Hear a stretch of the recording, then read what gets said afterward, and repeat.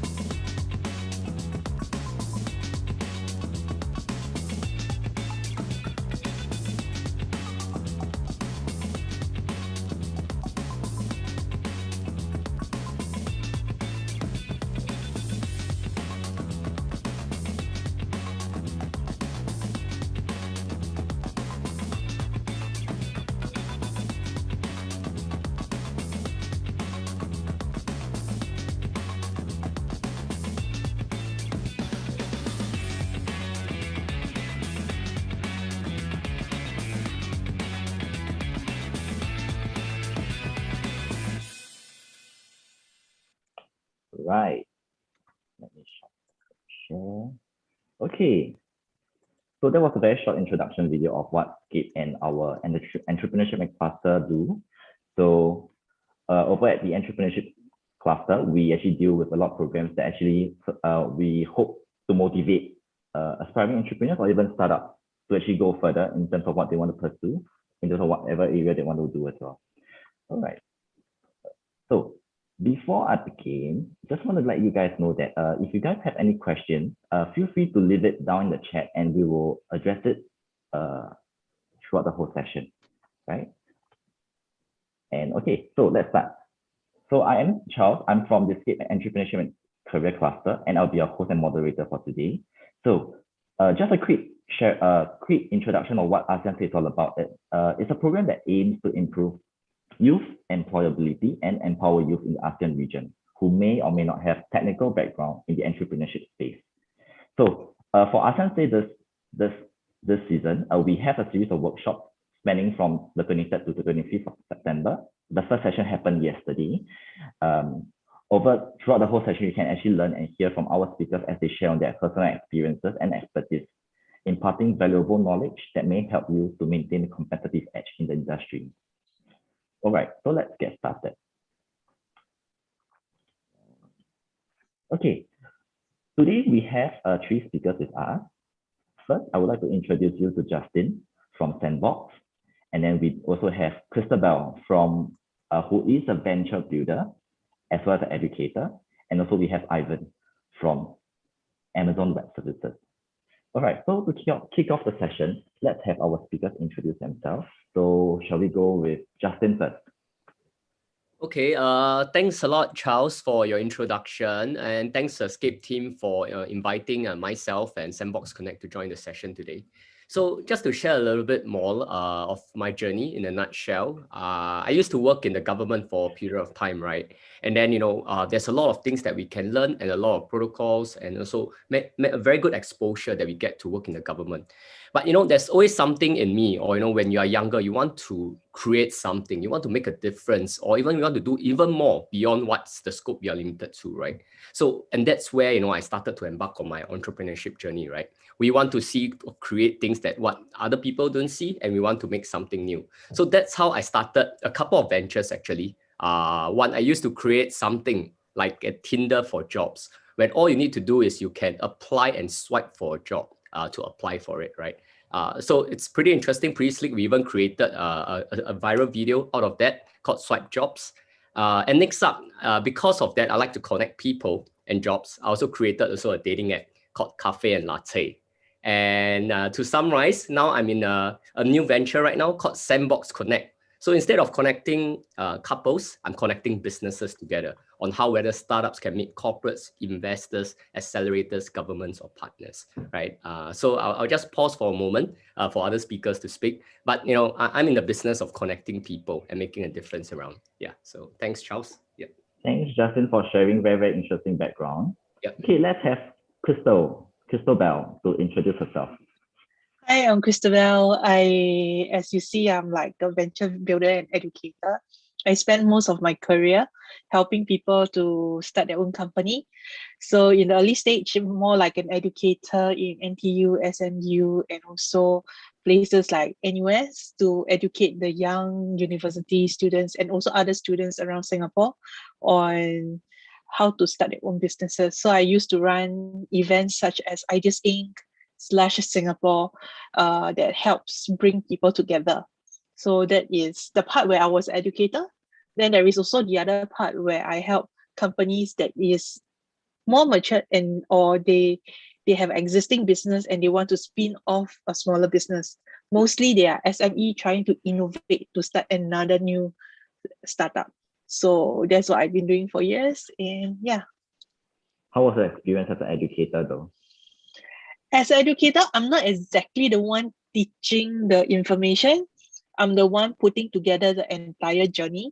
So I create the experiences, but I find people who are expert in their own field to deliver the content, because what I believe in is I understand the journey, but I may not have the life experience required to impart the wisdom to them. So that is my experience so far lah. So Right. I just be there to nurture the people, give them the environment. Right. All right. Yeah. Thanks for sharing, Christabel. Sure, Okay, no worries. let's have Ivan. Hi, good afternoon, everyone. My name's Ivan. So I started my career as a chemistry teacher. I used to teach chemistry in a junior college with the Ministry of Education. Then I spent a bit of time, just like Justin, floating around government policy, operations, and so on and so forth. So after my bond ended, I decided, okay, I was going to come out and I was going to do something on my own because I did want to build something. So I did a couple of ventures ranging from education related all the way to things like fintech, exploring even like blockchain as well as innovation related stuff. So after that, I decided, okay, I needed a short break. I decided to do my MBA. And then after that, I joined Amazon Web Services really to support all the builders to build and innovate on the cloud. So that's just a quick background of me. All right. Thanks, Ivan. All right. Let's continue the conversation. So I think for Justin, Christabel, and Ivan, I think a lot of them would be very interested on how you actually first develop your business idea. Especially, I think for Justin, you did mention that you actually have a few of these businesses before you actually ended up at Sandbox Connect. So could you share on how you actually developed this different ideas that you have, or what inspire you? Okay. I think it's very interesting. I mean, I want to consider myself still a youth, all right? Still in category, I hope. It's very interesting in terms of the perceptions and your thought process at different stages of your life, right? When you're a fresh grad or when you're undergrad, you feel like you can do everything, you can change the world. And you feel that you want to do everything possible, kind of situation. But slowly along my journey, I've seen more things, about how things work. You'll change your perception a bit and adjust it accordingly, right? So what I did was at the start, I mean, maybe going back to the start. So when I wanted to do like the job app, right? Actually, I felt that, there is a potential gap because you look around you, right? What are some of the gaps in the market? Like, how do your friends find a job right now? Right now, there's LinkedIn. So previously, LinkedIn wasn't so dominant, right? Like, so people were having problem finding gaps. They were using Gumtrees and so on, right? So I felt there was a potential. So I looked around me. What are some gaps, and then what resources I can, right? But I mean to say, when in my earlier days, I wasn't as systematic in terms of your thought process. Like, I feel that I find a friend or I find someone I know that I think is very brilliant. Let's work on something together. We don't really map out the whole process, right? What's your cash flow going to be in the next 6 months to 12 months, right? Who is going to handle your legal, right? Who's going to handle your tech team and so on. And if the tech doesn't work well, who's going to handle it? So a lot of things we didn't think through as much or as deep. But I think, for new founders or new aspiring entrepreneurs, I think you'll need to think through clearly, map out a process for this. I know if you have a good mentor to guide you, I think it's very, very important. Yeah. So even someone that's been through the journey, they know what kind of works, what may be a bit more difficult to work. And, just that one sentence or a couple of things, right, can even shape your direction, So I had this person that told me something, very interesting, because the entrepreneurship journey is not going to be something like 1-2 months, right? If you want to be successful, it may take years. And then there's this VC, very respectable. He gave me this sentence, is this a battle, or is this a fight that you want to join or you want to get into? Because it's not going to be easy, and make sure that you believe in the cause of what you're going to do. Yeah. So that's from my end. Yeah. Okay. How about Christabel or Ivan? Like, I think for Christabel, I think you're mostly venture builder. So I'm pretty sure you have sort of like experience, like maybe people coming to you like for advices and stuff like that. So I have both experience of advising and also getting advised. Okay. I have to say Justin has been very thorough in what he shared. Like, I share similar views from Justin. Like, in terms of in the very early days when I was trying to start my own startup as a fresh grad, right? Like he said, you're all over the place. Every single idea is so exciting to you, and you just see whatever you have and you try to like a transformer, try to put everything together, and then you get a mess, right?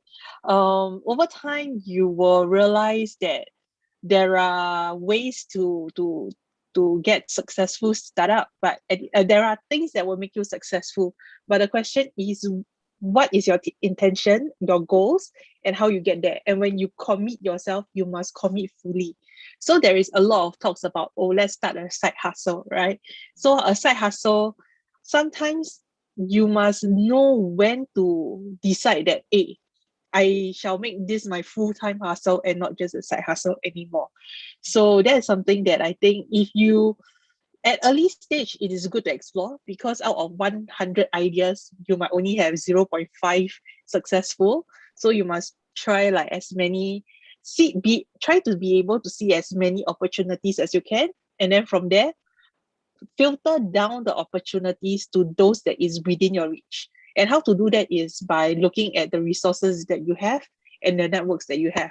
So from there, you find the one that is more plausible for success, right? And then you work on it and see which one you can refine, crystallize, and make it into something that, okay, you have clarity on what are the steps that you need to get there. Then after that is the commitment to, even if someone is taking a gun at your head, you must still complete the task. That is how I think at the end of the day, you get to develop your business ideas along the way.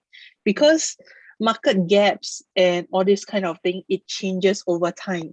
You must be able to observe and make decisions. So having a clarity of mind in terms of what you want to eventually achieve is very important. Sometimes it's not about what the market wants. Like iPhone, it is not really what the market wants, but it is something that you have a vision and you decide to build the vision out from nothing.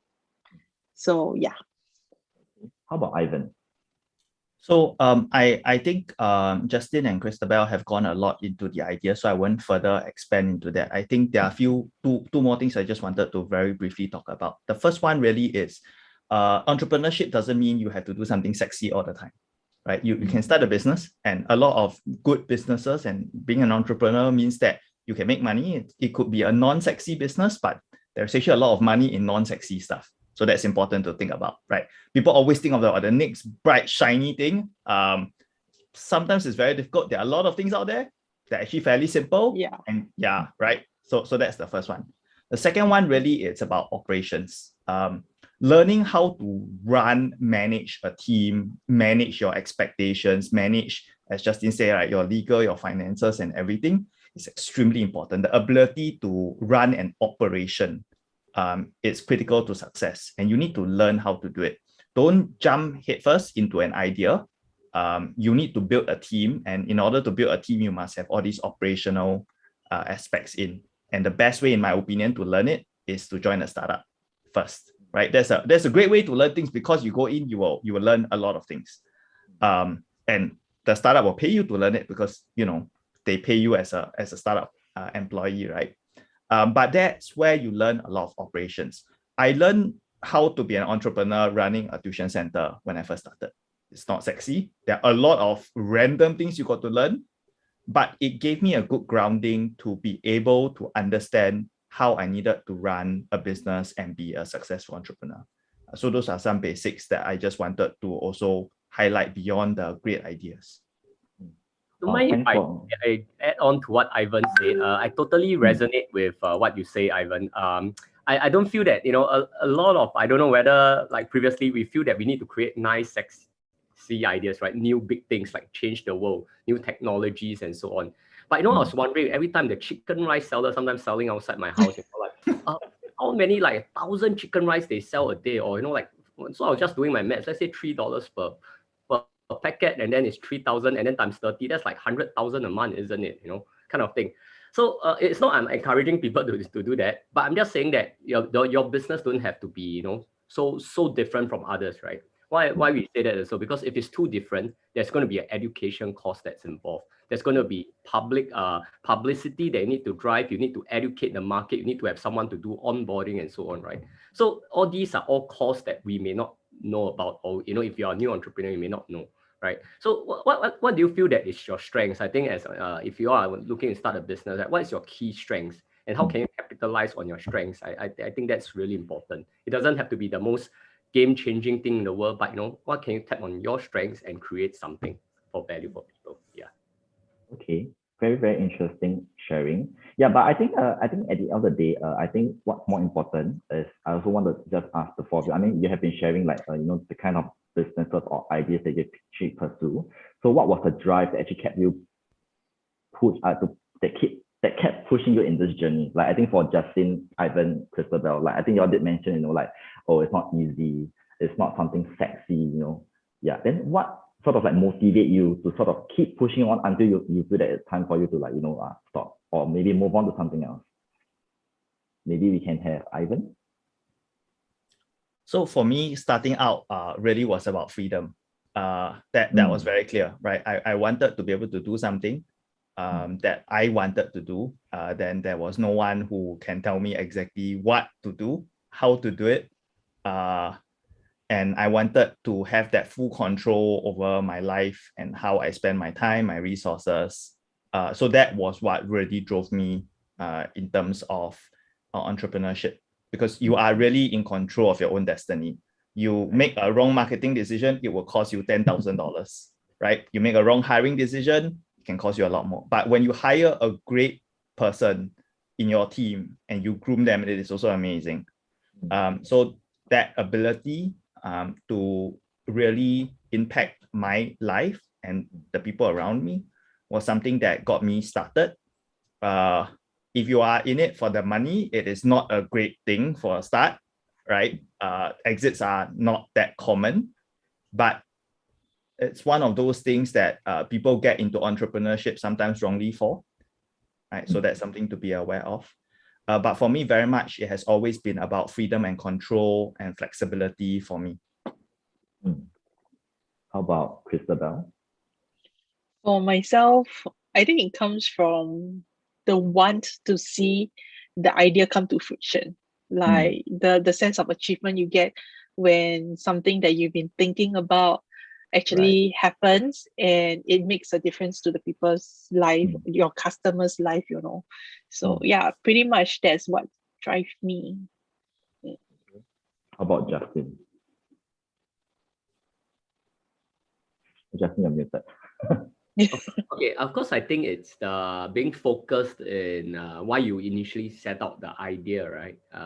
What's the reason why you wanted to do something, right? And because of that, I think if you are very focused on the goal, of course, you'll see like difficulties or roadblocks along the way, as things to be moved or problems to be solved, right? So it's a vision of the end goal, right? Of course, but I don't want to beautify it in the sense whereby this is, of course, very idealistic world in terms of, of course, if my visions on the goal, I'll definitely succeed. It's very idealistic, right? But I also want to give a practical sense whereby, the number one practical reason why you don't continue, right, is whether, okay, I used up, all my investors' money or the budget set aside. That one is very easy, right? Straight away you don't do because you have no choice, right? But second, other circumstances or other reasons is maybe, is it still worth pursuing this journey, right? Can I see like, achieving the goals of, let's say my eventual goal maybe to sell off for 5 million, right? Am I going to see it happen in the next 1 to 2 years? Why and why not, kind of things. Of course, we always tell ourselves we are very idealistic. This number is going to hit, this number is not going to hit. But if you can take some data that we can see, and then we can reassess, whether should we continue on this journey, how hard, how much effort, or should we pivot along the way? Yeah. Oh, okay, thanks for sharing that. Okay, move on. Of course, like every other business idea, once you have your idea, I think it's more important on how you're going to pursue it. And of course, the most important thing would be money or even funding. So how was your funding experience like? Maybe we can start with Christabel first. Networks. Your seriously the 关系 like usually the investors is someone who knows you or is someone who knows you through someone they trust. So cold calling rarely hits unless you are really, really good. Usually is by recommendation. There's an internal network somewhere where one investor will recommend to another, and because they heard about you, they give you the time to talk to you and find out more about you. And what you also need to gain is the trust of your investors, because it's a relationship that is going to go a long way, right? And you also have to be able to trust your investors, and you have to be careful. Not all investors are good investors. That one learned it the hard way. So study the terms really carefully before you jump into taking the money. Some money come with strings attached. Okay, but I think to build on to that, like, so when you say that, through networks that you get people to invest in you, so that's how you sort of meet your investors. So has there been any incident where investors feel that, your business idea doesn't work? So it's either you tweak it to what they feel like it will work, or would you have to look for others? So this comes back to how much you want the money. So some people want the money and they end up betraying their own ideas, right? And say, okay, I'll take it just so that I can get the money. Then you no longer become true with yourself, and then it goes back to like, are you still pursuing it for the right reason? So that goes back to what Justin said, right? The drive that keeps you going. Will it stop driving you after a certain time period? So this kind of thing you have to tread very carefully. And it's not a straightforward answer saying yes or no. And I just saw that someone is asking like, what makes a good investor? A good investor, in my own eyes, is one who wants the best for you and your company. They are more focused on people than money, but and they preferably they have their own experience to impart to you. So not like someone who just looking at just the numbers. That one, in the long run, it will not be beneficial. Okay. Yeah. How about Justin? How did you then meet your investors, and then how do you then convince them? Okay. I cannot fully say because I never get a full Series A or seed funding. I mean, probably, there'll be some other also better, other startups that have been through the exact journey. But what I can share is that there are various ways, because I think the universities and maybe even Scape or so on, right? There's a lot of institutions that support some pre-seed funding along the way. So I managed to get that from NTU, under NTUIT, I got some funding for that. Yeah, but it's always good if you know someone within the organization that can be an advocate, whether it's a VC, whether it's an angel, or whether it's someone that knows how the company works or how the individual works, right? As long as you get a referral in, so that you have a champion within, I think it helps a lot, yeah. So if you know someone also, ask for a warm introduction, helps you to get a mini funding or micro funding much faster. Yeah. Right. Okay. How about Ivan? Yeah. Oh, okay. Maybe Christabel, you have something to add on, is it? One of the best fundraising, right, is directly from your customers. I think everyone will have to agree with that, right? I mean, ultimately, if it sells, it's definitely good, lah. Yeah, because Right. like there is two routes for startups, right? There is those startups that take money from customers, and there is the startups that take money from investors. And you will see that the money from investors eventually, I mean, there is stories like Facebook, right? And then there is stories like Taobao and Alibaba. So it's like, one is like getting investor money to just keep on feeding the company, and the other one is really making money from day one. So at the end of the day, when you start your journey, you must decide what is it you want. If you are looking at just getting more investment money, then you are going for a hype product. But if you're looking for something more sustainable, like building a long-term business that you can eventually pass on to somebody, then you have to take the route that is more supportive by your customers than just focus driven by investors who wants a return by selling out their stock every now and then. So yeah, that's my take lah. Okay, how about Ivan? So I funded my own ventures and I went through the family and friends route and I self-funded my own ventures at the start.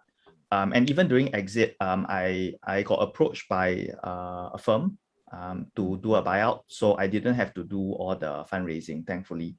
But I have advised and worked with a lot of people who do fundraising and everything. And there are a few things I think people need to remember, right? When you start, you need to be very clear what your risk profile is.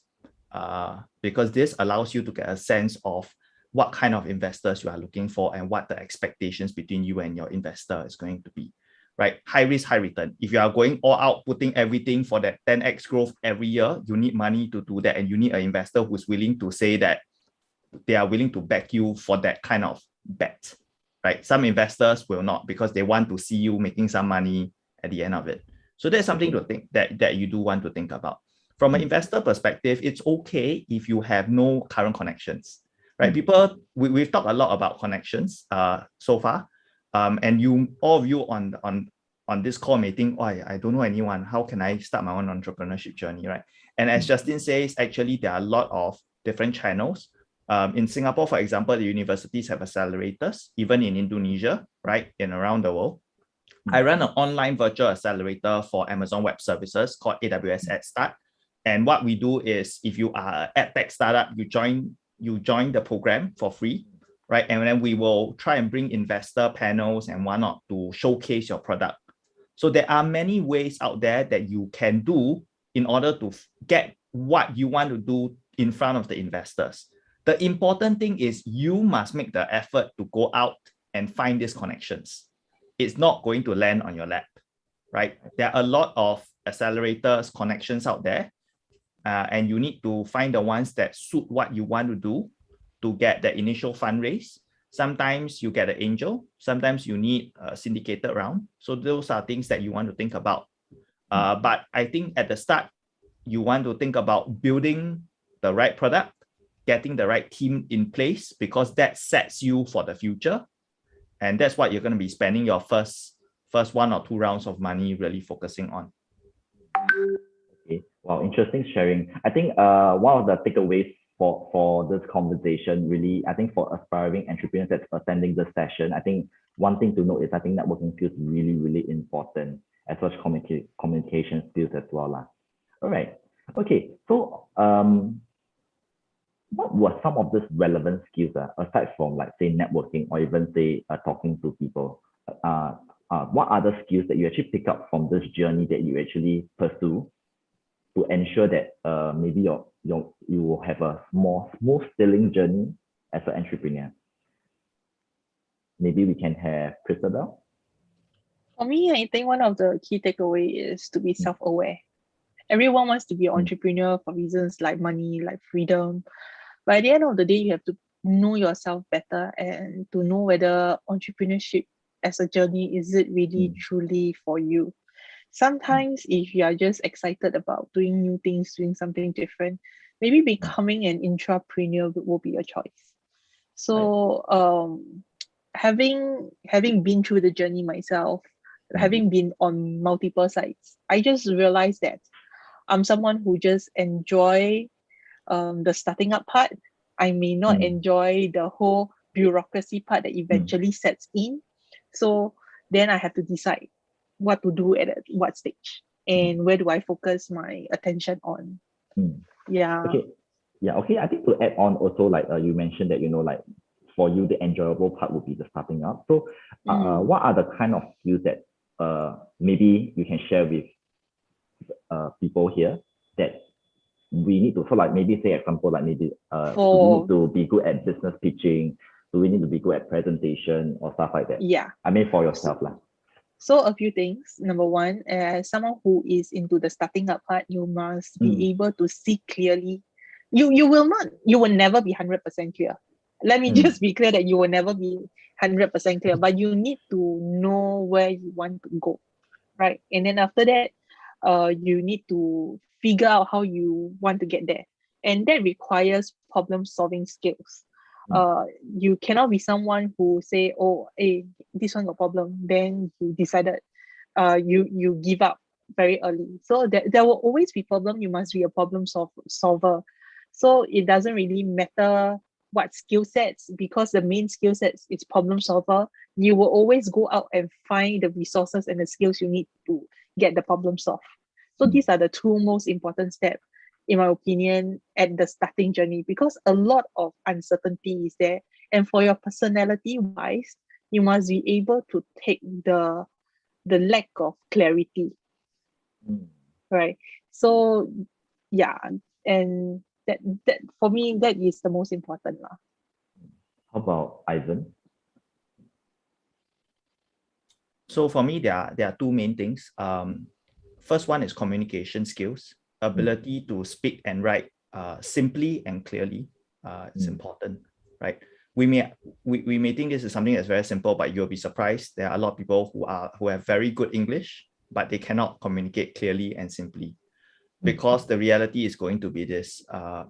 In this time-starved world, people want to know what you are doing, and you've got a very short time to do it. So that's one. The second skill is really about people management. As an entrepreneur, you are going to be building a team. You need to learn your people skills, people management, interpersonal skills, communication with your staff, communication with your customers, right? Things like what incentives you need to build a team, how do you incentivize people? It's really a human management capability. A lot of these you learn in school, right? Project work, this and that. People may think it's not important, but actually it's very relevant. These to me are two additional things, at least, that I think are very important on top of what Christabel has said, right? In terms of your vision of what you want to get to. Okay. How about Justin? I think there are so many things, right, along the way you will learn and you experience, but maybe just to highlight one part is maybe finding your founders and your co-founders. I think this can be interesting, or it can be a good lead into other parts of this segment. I think finding your founders is a very interesting thing, right? Because many of us will feel that, we'll just find someone we know, it's our friends, or someone that we kind of not work together, even it may be a very good friend, just because both of you feel very excited about an idea. Hey, let's do this together, and then realize, oh no, you're a very good friend, but can he or she be a good business partner? I think this is the first step that every entrepreneur will take, is to find someone to work with them on, right? Of course, you can work on everything yourself, but we know that we can only do so much, right? The power of two people working together, is equals to quite a few people, right? If both of you are in it together, right? So my perception is, how do you find this co-founder? I think that's it sounds very easy, but it's actually something not as simple as it looks, because you really need to think through, right? Your very best friend, can he be your co-founder? Can he be someone like, you all can have fun together, but can he be having a call with you at 11 p.m. at night on a Sunday, to discuss what is your plans next week, right? Is he someone like that? Or, would you rather watch a game of football and have a beer together instead of discussing about work? So I think these things you all need to take note of, because sometimes it may accidentally jeopardize friendships because of work. So do think through on that. That's one on founders, right? And where can we find this founder, right? I think just a quick note, I found my founder very interesting. One of my co-founders, my tech, my CTO, not from anyone I know, is from a totally co-lead, but just from LinkedIn itself. I email, like, for example, I messaged like 30 to 40 like full stack developers and CTOs. I had conversations with more than 10 of them. And then I met up with a few of them. And then finally I decided, hey, this guy is someone that I can work with, man. Yeah. So very interesting. I mean, these are unconventional ways, I know. Normally people will find a warm referral and so on. But I decided to go with the cold route, because I feel that I couldn't find someone within my network that have like the same vision and technical skills that I needed, right? Yeah. So I mean, this is also part of an entrepreneurship journey, to find your very suitable co-founder. Right. I think to add on to this also, like I think it also goes back down to networking skills. I think in terms of meeting the right people and stuff like that. So I think on Scape's end, we also do have programs for networking, which is our industry networking session, where we actually connect aspiring entrepreneurs or even people who are in that same space as what you want to pursue, to sort of connect with each other, also to learn from experts. So feel free to check us out in that program. Okay, so we do have some questions that come in, but I think maybe let's answer this. So it's from Xian Wei. So he actually mentioned about something related to pandemic or even the endemic. So in F&B and other startups, he actually realized that there are more and more F&B businesses or even retail outlets that are actually closing down. And usually these people, like I think maybe he's actually referring to some of those people are actually people that start their own businesses. So what advice do you have for people that want to pursue? I think maybe he's referring to the F&B or even the retail entrepreneurship line. Maybe we can have Justin. I'm not specifically in the F&B or retail line, so I can't specifically comment. Oh, sorry. Apologies. Yeah, something dropped. Okay. So, but my point is, I'm thinking, right, more of the angle of like, can they pivot or look at other down value chain, whether it's more upstream or downstream services? Possibly, can you provide a POS system for the F&B sector, right? Can you provide packaging services for them, right? So it's more of the various aspects. You don't have to be really selling the clothes, or you don't really have to be selling the food itself. Like logistics company, is thriving during this period of time. E-commerce companies are thriving during this period. So I think it's more of the range of different services that you all can do during this period. Yeah. Okay. Does Ivan or Christabel have anything to add on to this question raised by our participant? So I'm currently in F&B. Maybe you can share experience or maybe some advice. So I love to go towards the challenges, right? So when COVID hit, I joined my friend's restaurant to help him. And it's this very interesting Indian restaurant at Little India. They have a chili challenge and everything. At the end of the day, if you decide that, okay, you want to go into F&B retail, the problem right now is that you don't have enough manpower. Unless you're willing to go in and do everything yourself. My recommendation is don't go in at all. If you want, you can do a home business, but you just need to know that the moment you have increased in number of customers, then you are the one slogging in the kitchen, unless you can find someone to do the slogging for you. So when you choose something like this, there is a whole chunk of hard work that comes with it. And if you want to do that, you need to know that you are able to tahan that hard work. As for, there is of course the opportunity there. The thing is, how can you get whatever product you have for your customers to them? And the first step is they need to know you. How do you get that? And you will be fighting for a lot of attention from everywhere else. So I would recommend you to, if you are into F&B and you really want to start your own F&B business, start small and see whether what you want to sell have a market for it. The cost of starting up right now is very, very low. So you can constantly just on testing until you get a product that you see a lot of people wanting it. But what at the end of the day matter is you need to build a relationship with your customer so that they will come and choose you over somebody else. Because F&B market is one that you have a lot of competitors. Yeah. How about Ivan? Do you have any thoughts on that?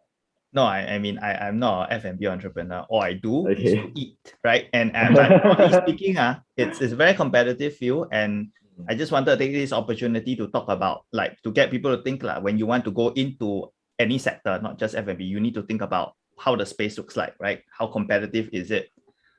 Those are things you need to think about. Don't just jump into something you like, because business can be difficult, right? That's all I just wanted to add. Ivan, don't mind, can I ask also, you mentioned that you sold off a business, right? Is it okay if you could share, what business it is and what do you think the value proposition that, the person that or the company that wants to acquire it? I think this is very interesting because it's like the end goal in mind, right? It would be great, Yeah, so one of it that's not in Singapore, and unfortunately all these are under NDA, so I can't share too much details about the specifics. But the value of it really is I had a captive customer base. So this was a group of very loyal customers who would come back to us, to the business, and use our products. And for this buyer, for them, it was really a synergy to what they were offering. So by doing an acquisition, they could immediately tap on an increased customer base, right? And be able to extend their services into an extended customer base. So for them, there is a value proposition there. I see. But did they have to approach you or did you approach them in that sense? We did meet through mutual acquaintances. Yep. And then synergies came about and things happened. Yep, I see. Thanks. Okay, we also have another question from Jaslyn. She's from Indonesia. So she wants to ask the speakers about how important is it for entrepreneurial activity during this pandemic period? And in your own opinion, which is a higher level of effectiveness and chance of success between online and offline entrepreneurial activity? Yeah, maybe we can have Justin share on this first. I think there's no directly a perfect answer between whether it's an online and or offline activity. I think it's really a product market fit together with your skill sets, right? I think one thing also, like, we don't just look at the opportunity sometimes. I think we also need to take to also be self-aware of what are our strengths. Like, for example, right now, maybe I see that, autonomous vehicles right now, self-driving cars are the best thing, I want to set up a self-driving car company and be Tesla, right? It is an opportunity, right? It's a fantastic opportunity. But do I have $1 billion in the bank, and do I know anything about what sensors, LiDAR technology, AI technology? Probably not as much as others, right? So there's a great opportunity, but is it aligned to my skill sets and what, my expertise are? Yeah. So I think it's really knowing yourself and then, synergizing with the opportunity. How about Ivan? So with a pandemic, there will always be challenges, but with all challenges come opportunities, right? There was a report recently by one of the major consulting firms about, I think, a 30% increase in entrepreneurship activities. Because people lost their jobs, not just in Singapore, but around the world. And when you lose a fixed income job, basically people start their own business, right? And in fact, a lot of people probably will do as well. right? You just need to find something. So it's not necessarily that pandemic it's bad. You just need to make sure that you find, as Justin says, right, a right fit for what we have. And really success is about making sure that you know your customers, you know what you are offering, right? And you must be customer obsessed. Like at the end of the day, that's something that you need to keep a laser focused on if you are going to start off as an entrepreneur, to know exactly who your customers are, what they want. Online, offline, all these, it's actually more of a capital issue, right? Whether if you know your customers, you know whether they want to buy stuff online or offline, interact with you online or offline, actually you see it doesn't matter, right? It's really about knowing your customers, knowing what capital you have, how much money, how much manpower, and then take that balance. And to me, that's something that you want to think about when you go into entrepreneurship, and that helps you to sort of sway success. But from a success perspective, to me, comes down to how hard are you willing to slog and work for your success. Because really that's something that's very important as an entrepreneur. It's your baby, it is your company. No one else is going to work that hard for it. You must be willing to burn 18, 20 hours a day if you need to close a deal, because it is an important deal. Right? If you're not willing to do that, as Christabel says, maybe entrepreneurship is not for you. Right. Yeah. So Christabel, do you have anything to add on to that? They said it all. There is opportunities in 危机, Right. you know, like what they say about 危机, 有危就有机. Right. I mean, I also have to agree with that. I think because, I mean, of course, as a programmer with the entrepreneurship and career cluster, I've sort of come across with a lot of different startups. Of course, there are new ones. There are also experienced ones, and I think things that were commonly shared were really like taking the opportunity lah. Like, you know, like you have to look for that little opportunity when it's there. You know, like what the three of us has also mentioned. Yeah. Okay. So I would like to quote Mr. Teo Sherlock. He said something about a few years back during the conference opening statement for young entrepreneurs. His words are like, instead of complaining, right, of things that is around you every day, take the complaints and turn them into opportunities and solve them. And that is where your first startup can be. Nice. So I think everyone here, that's a very, very wise advice from Christabel. So yeah, write it down and take note. Okay, let's go with the last question. I think Christabel, I think you did share a little bit earlier. So maybe to Ivan and Justin. So what are some of the takeaway or even lessons that you actually gained from your own entrepreneur journey that you're actually able to share with our audiences? So let's have maybe Justin first. I think just to sum up, it's really a journey. A journey that you're not sure, you can't, it's not like exact maths where, you know, you can know that I'm going to succeed in 1 year's time, 5 years or 6 months or a month, right? It's a journey that we need to constantly iterate along the way. Yeah, I think there are many books on all this, right? Like, you know, iterating your business along the way. And I think we need to be very focused, but yet flexible at times, such that you need to adopt to what the market is telling you, and what Ivan mentioned earlier on, right? To be customer focused and what the customers are telling you along the way. So it's being adaptive along the way, and then pivot if it requires. Yeah. How about Ivan? I have two main things. What Justin says is very, very on point. So I won't extend and delve too much into that. The first one really is entrepreneurship is as much a journey about building something as it is about discovering yourself, right? As you go through the entrepreneurship journey, you will discover a lot of things about yourself that you will not know, right? Your own expectations, what your limits are, what you're willing to do, and you must be prepared to deal with that, right? It is a very lonely journey on entrepreneurship, and you must be prepared for that. So that's one thing. The other thing to me, it's never be married to your idea. Yeah. Right. Justin has said you must be prepared to pivot. To me, I'm going to extend it and be a lot more brutal. You must be prepared to acknowledge that your idea was a bad one and it will not work, and to find another idea, because the last thing you want to do really is to keep thinking it will work. And in entrepreneurship and startup terms, we call it zombie on. That's not good because you're just wasting your own time. That's something I learned along the way. I've started more than double, like a good number of startups, and at some point it was really 6 months, 1 year. Okay, not gonna work. Jettison. Don't let the sunk cost of time and money hold you back. I think that's very important. And that was something that I learned. That was very important to me, that I felt that if it's not for entrepreneurship, I would not have learned that. Okay. How about Christabel? Maybe you have more stuff to add on to this. I think you did share some earlier. Sorry, I didn't catch your question earlier because okay, like what are some of the takeaways or even lessons that you actually gained from your entrepreneurial journey that you could actually share with the participants here today? Oh, one of the thing is mental health.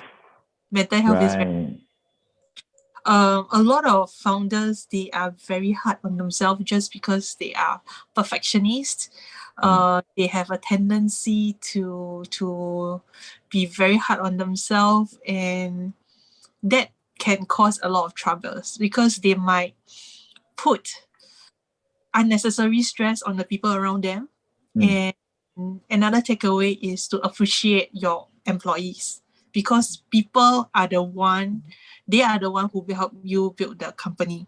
So I'm not sure if you heard of this entrepreneur. His name is, I think, Dan Price or Price Dan. I think it's Dan Price. He decided to take a $1 million pay cut so that all his employees, every single one of them, have a living wage. And at the end of the day, the company grew and become better. And even though he took a pay cut, the employees gave him a Tesla for his birthday or something. You can just Google it. So at the end of the day, it's very important to take care of employees. You will see a lot of startups having high turnover rate. That's because like they don't treasure the employees. They just see it as someone who come and get the job done and leave, right? And when you do that, then your employees, of course, have the same mindset. So whoever gets on board with you, help them gain your trust and trust them. Yeah. Okay. All right. Okay, so I think that's the end for today's session. I think from all three speakers, I think really, really great sharing about your own experiences. I think even I myself actually learned a lot from what actually you guys have shared.